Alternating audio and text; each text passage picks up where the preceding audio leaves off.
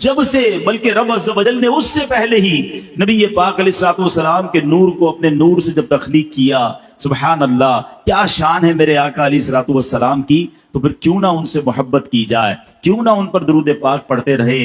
آئیے مل کر محبت کے ساتھ درود پاک پڑھ لیں۔ صلو علی الحبیب صلی اللہ تعالی علی محمد صلی اللہ علیہ وسلم۔ یہ انگوٹھے چومنے میں بھی کچھ لوگ کنفیوز ہوتے ہیں، یا تو کنفیوز ہوتے ہیں یا کنفیوز کیے جاتے ہیں۔ ان چیزوں میں کنفیوز نہ ہوا کرو۔ ہاں ٹھیک ہے، میں چلیں ایک آپ کو روایت بھی سنا دوں۔ مقاصد الحسنہ میں ہے، ایک مرتبہ اذان ہو رہی تھی، جب مؤذن نے اذان میں کہا اشہد ان محمد رسول اللہ صلی اللہ تعالی علیہ وسلم، تو عاشق اکبر، سب سے بڑے عاشق نبی پاک علیہ الصلوۃ والسلام کے حضرت ابو بکر صدیق رضی اللہ تعالیٰ عنہ نے جیسے مؤذن نے کہا ویسے ہی الفاظ کو ریپیٹ کیا، دہرایا، اور پھر اپنے دونوں انگوٹھے چوم کر اپنی آنکھوں سے لگائے۔ اب نبی پاک علیہ الصلوۃ والسلام کی ملاحظہ فرما رہے تھے، پیارے آقا دیکھ رہے تھے کہ صدیق اکبر نے ایسا کیا ہے۔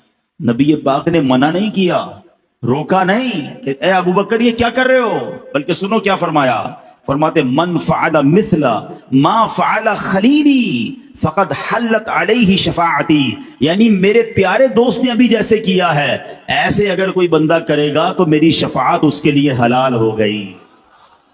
ہاں یہ نصیب والوں کا حصہ ہے۔ امام حسن مجتبی فرماتے ہیں جب مؤذن کہے اشہد ان محمد رسول اللہ صلی اللہ تعالی علیہ وسلم، اور جو بندہ یہ سن کر کہے مرحبا بحبیبی وقرۃ عینی محمد بن عبد اللہ، پھر دونوں انگوٹھوں کو چوم کر آنکھوں پر رکھے، وہ بندہ کبھی اندھا نہ ہوگا، اس کی آنکھیں نہ دکھیں گی۔ ارے یہ تو آنکھوں کا نور بڑھانے کا نسخہ ہے، اور یہ محبت کا ایک انداز ہے، تو اس میں کس بات کا شرمانا ہے؟ تو نبی پاک سے محبت کیجئے، پیارے آقا کے نام سے محبت کیجئے، اور جب جب نام محمد صلی اللہ تعالی علیہ وسلم سنیں محبت کے ساتھ اس کو چوم کر آنکھوں سے لگائیں، اس کی برکتیں حاصل ہوں گی۔ شاعر لکھتے ہیں نا، لب پر آ جاتا ہے جب نام جناب، منہ میں گھل جاتا ہے شہد نایاب، لب پر آ جاتا ہے جب نام جناب، منہ میں گھل جاتا ہے شہد نایاب، وجد میں ہو کے ہم اے جاں بیتاب اپنے لب چوم لیا کرتے ہیں۔ لب خود ہی چوم لیتے ہیں ایک دوسرے کو، محمد جب کہتے ہیں تو سبحان اللہ لب ایک دوسرے کو چوم لیا کرتے ہیں۔ اللہ نبی پاک کے نام کی تعظیم ہم سب کو نصیب فرمائے۔ ایک بار پھر درود پاک پڑھ لیں، صلو علی الحبیب صلی اللہ تعالی علی محمد صلی اللہ علیہ وسلم۔ انشاءاللہ نبی پاک کا ذکر خیر سنیں گے، پیارے آقا کے مبارک نام ہی کے کچھ اوصاف آج سنیں گے، اور نبی پاک کی شان تو ایسی ہے جس بھی طرف نظر دوڑائیں اللہ نے اپنے نبی کو ایسا با کمال بنایا ہے، ایسا شاندار بنایا ہے۔ آپ کے چہرے کے اوصاف، آپ کے جسم مبارک کے اوصاف، آپ کے معجزات پر بات کی جائے، آپ کے اخلاق پر بات کی جائے، آپ کی بہادری پر بات کی جائے، آپ کی سخاوت پر بات کی جائے، آپ کی عقل مبارک پر بات کی جائے، یا آپ کے فیصلوں پر بات کی جائے، آپ کی سیرت کے جس بھی پہلو پر بات کی جائے، عقل حیران ہو جاتی ہے کہ اللہ نے اپنے حبیب کو کیسا شاندار بنایا ہے۔ وہ پنجابی شاعر لکھتے ہیں نا، ایڈا سونا نبی کوئی دنیا تے آیا نہیں، یار ایہو جیا کوئی رب نے بنایا نہیں۔ لوح بھی تو، قلم بھی تو، تیرا وجود الکتاب، گنبد آبگین رنگ تیرے محیط میں حباب، عالم آب و خاک میں تیرے ظہور سے فروغ، ذرہ ریگ کو دیا تو نے طلوع آفتاب۔ ذرا اس مصرے کو سمجھیے گا، ذرہ ریگ کو دیا۔ ذرہ ریگ یعنی ریگستان کا ایک ذرہ ہے، اتنی ساری ریت ہوتی ہے ریگستان میں، مگر اس ذرہ ریگ کو اگر نبی پاک سے نسبت ہو جائے تو وہ طلوع آفتاب بن جاتا ہے۔ اچھا اس کی مثالیں میں آپ کو دیتا ہوں، ذرا مثالیں سمجھیے گا، پھر یہ شعر اور زبردست طریقے سے سمجھ آئے گا۔ پہلے یہ فینومینا، یہ فارمولا، یہ بات سمجھ لیجئے کہ جس چیز کو نبی پاک سے نسبت ملتی گئی نا اس کو عروج ملتا گیا۔ ذرہ ریگ کو دیا تو نے طلوع آفتاب۔ میرے آقا جب مدینے نہیں گئے تھے، تشریف نہیں لے گئے تھے، مدینے کو لوگ کیا کہتے تھے؟ یسرب کہتے تھے۔ یسرب کے معنی آفتوں اور بلاؤں والی زمین، اور نبی پاک کے قدم لگے ہیں تو کیا ہو گیا؟ وہ مدینہ منورہ بن گیا۔ اس کی ہوا میں شفا، اس کے غبار میں شفا. شاعر کہتے ہیں نا، جب سے لگے ہیں قدم رسالت مآب کے، جب سے لگے ہیں قدم رسالت مآب کے، جنت بنا ہوا ہے مدینہ حضور کا. مدینے کے مقدر جاگ گئے، بھاگ جاگ گئے. کیوں؟ ذرہ ریگ کو دیا تو نے طلوع آفتاب. ایک ایسی شخصیت ہے جو نبی پاک کی جان لینے کے لیے تلوار لے کر پیارے آقا کو تلاش کر رہی ہے. معاذ اللہ نبی پاک پر اٹیک کرنا ہے، مگر جب جلوہ جانا دیکھا، ایمان قبول کیا، اس شخصیت کو پھر نبی پاک نے کیا بنا دیا؟ وہ عمر فاروق بن گئے. آقا فرماتے میرے بعد کوئی نبی ہوتا تو عمر ہوتا. ذرہ ریگ کو دیا تو نے طلوع آفتاب. آؤ نبی پاک کے بچپن میں چلتے ہیں. ابھی بچپن کا لمحات ہے، بالکل 2-3 سال کی، جو 1-2 سال کی عمر ہوتی ہے، ولادت کے بعد کی عمر ہوتی ہے، دودھ پینے کی عمر ہے. مکے میں بہت ساری دائیاں آئی ہوں گی، بہت سارے بچوں کو وہ دائیاں لے کر گئی. کتابوں میں ذکر ملتا ہے قبیلہ بنو سعد سے بہت ساری دودھ پلانے والی آئیں اور بہت سارے بچوں کو لے گئی. آپ سے پوچھتا ہوں، سوائے ایک دائی کے کسی اور دائی کا نام یاد ہے؟ کسی اور کو پتا ہے کہ ان کے نام کیا تھے؟ کسی کا نام نہیں پتا. مگر ایک دائی کہتی ہیں ایک بچہ رہ گیا، کوئی دائی لے کر نہ گئی. کیوں نہ گئی؟ کیونکہ اس کے والد دنیا میں نہیں تھے. سوچا اگر اس بچے کو لے جائیں گے، دودھ پلائیں گے، اتنے پیسے نہیں ملیں گے کیونکہ والد دنیا میں نہیں ہیں. مگر اس دائی کے بھاگ جاگنے تھے، اس دائی کی قسمت جاگنی تھی. اس دائی نے اس بچے کو کیا لیا؟ آج 1450 سال گزر گئے. کون سی محفل ہے، کون سی سیرت کی کتاب ہے جہاں دائی حلیمہ کا ذکر نہیں ہے؟ ایسا کیوں ہوا؟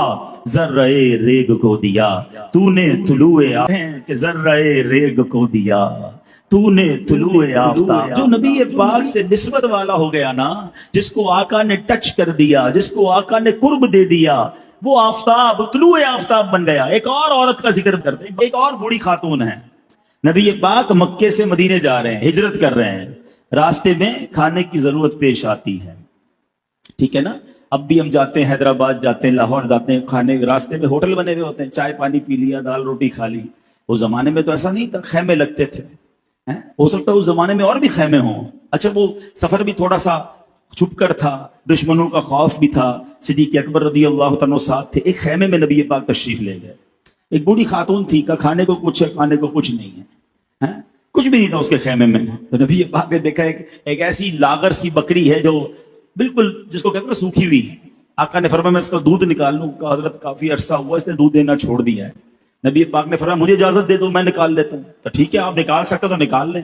نبی پاک نے ہاتھ پھیرا، بسم اللہ پڑھ کر اس کے تھنوں میں دودھ آ گیا. دودھ دویا، پیارے آقا نے دودھ پیا، صدیق اکبر نے دودھ پیا، غلام اور ساتھ تھا اس نے بھی دودھ پیا. اس خاتون کے خیمے میں جتنے برتن سے کبھی دودھ سے بھر گئے. ان کے شوہر واپس آئے، کہتے اے ام معبد، ان کا نام تھا ام معبد. وہ شوہر کا نام کیا تھا؟ ابو معبد. کہتے اے ام معبد، یہ ہمارے خیمے کی حالت کیسے بدل گئی؟ وہ کہتی ایک مبارک ہستی آئی تھی. نام بھی نہیں پتا تھا انہیں نبی پاک کو. انہوں نے ایک مبارک ہستی آئی تھی، بڑا حسین چہرہ تھا، بڑا نرالا چہرہ تھا. وہ آئے، ہمارے بھاگ جگا کر چلے گئے. آپ کو پتا ہے حضرت ام معبد نے نبی پاک کا ایک حلیہ بیان کیا.